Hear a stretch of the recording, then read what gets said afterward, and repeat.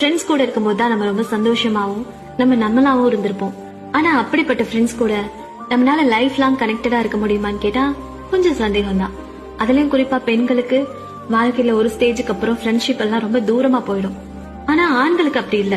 அவங்களுக்கு கல்யாணம் ஆனாலும் சரி ஆகலனாலும் சரி அவங்களால அவங்க ஃப்ரெண்ட்ஸ் கூட டைம் ஸ்பெண்ட் பண்ண முடியும். அவங்க ஒரு 4-5 நாள் ஃப்ரெண்ட்ஸ் கூட சேர்ந்து டூர் போனாலும் இந்த சமுதாயம் அதெல்லாம் ஒரு வித்தியாசமா பாக்காது. ஆனா இன்னும் சராசரியான சில பெண்கள்னால இது ஈஸியா பண்ண முடியறது இல்ல.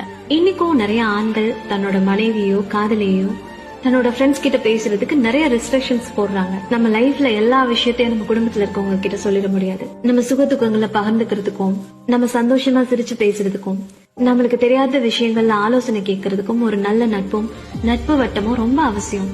இது இயல்பா ஒரு ஆணுக்கு ஒரு பிரிவிலேஜா இருக்கும் போது பெண்ணுக்கு மட்டும் ஏன் இந்த சுதந்திரம் பறிக்கப்படுது?